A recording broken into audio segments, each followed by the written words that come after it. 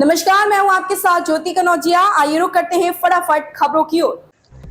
महाराष्ट्र में विधानसभा चुनाव की तैयारी में जुटी भाजपा को घरेलू मोर्चे पर जूझना पड़ रहा है। महायुति में अजित पवार को शामिल करने से यह परेशानी बढ़ी है। भाजपा के कई स्थापित नेता एनसीपी सुप्रीमो शरद पवार के संपर्क में हैं और विधानसभा चुनाव में तुरही की तैयारी में जुटे हैं। इससे उप मुख्यमंत्री देवेंद्र फडणवीस की टेंशन बढ़ गई है।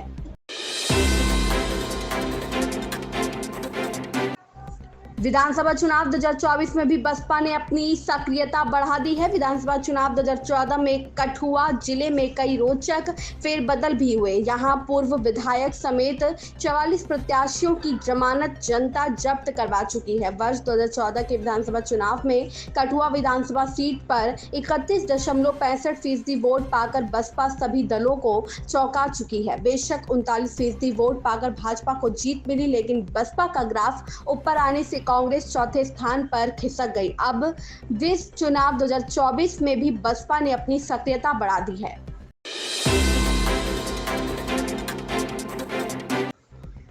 केंद्रीय वित्त मंत्री निर्मला सीतारमण गुरुवार को राजस्थान की लेक सिटी उदयपुर में 2 दिवसीय दौरे पर रही हैं। शुक्रवार को केंद्रीय एमएसएमई मंत्री जीतन राम मांझी भी उदयपुर आएंगे। प्रशासन ने इनके दौरे की तैयारियां पूरी कर ली है। सीतारमण दिल्ली से विशेष विमान के जरिए सुबह 11:30 बजे डबोक हवाई अड्डे पर पहुंचेंगी।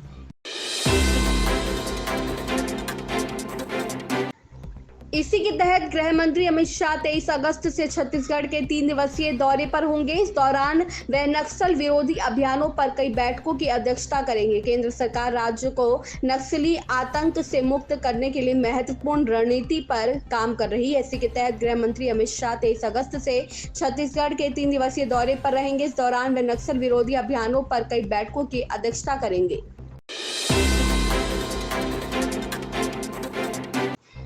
जातिगत जनगणना की मांग कर रही कांग्रेस ने अन्य पिछड़ा वर्ग का जातिगत डाटा जुटाने को लेकर केंद्र सरकार को सुझाव दिया है। कांग्रेस की ओर से कहा गया कि वह 1951 से जनगणना के जरिए जुटाए जा रहे SC/ST के डाटा की तरह की OBC का डाटा संकलित कर सकती है। इसके लिए सरकार को जनगणना प्रश्नावली में एक अतिरिक्त कॉलम जोड़ना होगा। विपक्षी पार्टी ने कहा कि इस कदम से सक्रिय योजनाओं के क्रियान्वयन के लिए ठोस आधार मिलेगा।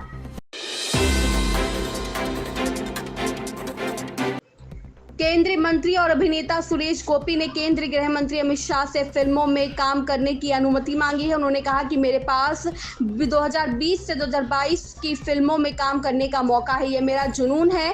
अगर मैंने फिल्में नहीं की तो मैं मर जाऊंगा।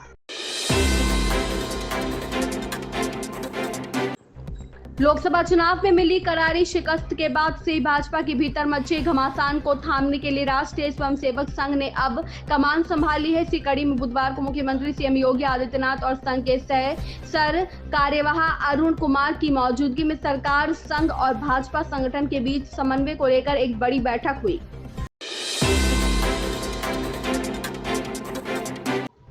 कांग्रेस ने 1972 में यहां अपना खाता खोला। 2008 और 2014 में भी कांग्रेस के विकार रसूल वानी ने जीत दर्ज की। भाजपा, PDP व पैंथर्स पार्टी अब तक बनिहाल में खाता नहीं खोल पाए हैं। चिनाब घाटी के रामबन में 2 बार कमल खिलाने वाली भाजपा बनिहाल का किला नहीं हिला पा रही है। कांग्रेस ने के गढ़ वाले इस इलाके में भाजपा जीत के लगातार प्रयास कर रही है। रामबन जिले के 2 विधानसभा क्षेत्रों रामबन और बनिहाल में पहले चरण में 18 सितंबर को मतदान है। दोनों सीटों पर कांग्रेस और नेका का शुरू से दबदबा रहा है। मुख्यमंत्री नायब सिंह सैनी के विधानसभा चुनाव करनाल के बजाय दूसरे विधानसभा क्षेत्र से चुनाव लड़ने की चर्चाएं तेज हैं। हालांकि इस सवाल पर सैनी ने कहा कि वह चुनाव कहां से लड़ेंगे, उसका फैसला केंद्रीय नेतृत्व करेगा। भाजपा में केंद्रीय नेतृत्व उम्मीदवारों की टिकट पर अंतिम मुहर लगाता है। सैनी के लाडवा से भी विधानसभा चुनाव लड़ने की चर्चा है। लाडवा में सैनी मतदाता की संख्या ज्यादा है।